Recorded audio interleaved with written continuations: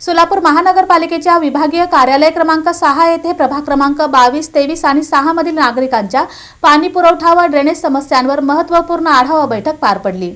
उपमहापौर ज्ञानेश्वरी देवकर यांच्या अध्यक्षतेखाली झालेल्या या बैठकीत नागरिकांच्या अडचणींवर सविस्तर चर्चा करण्यात आली।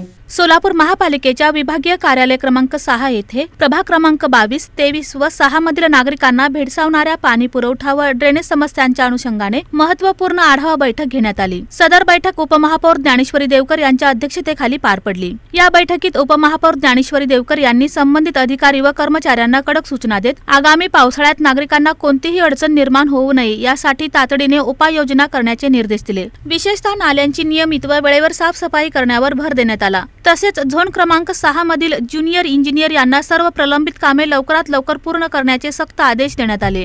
नागरिकांच्या घरात पावसाचे पाणी शिरू नये यासाठी नाल्यांची तात्काळ साफसफाई व योग्य नियोजन करण्याचे निर्देश देण्यात आले। पावसाळ्यापूर्वी सर्व यंत्रणा सज्ज ठेवण्यावरही उपमहापौरांनी भर दिला। प्रभाग क्रमांक 23, 22 आणि 6 या संदर्भात बैठक झाली आहे।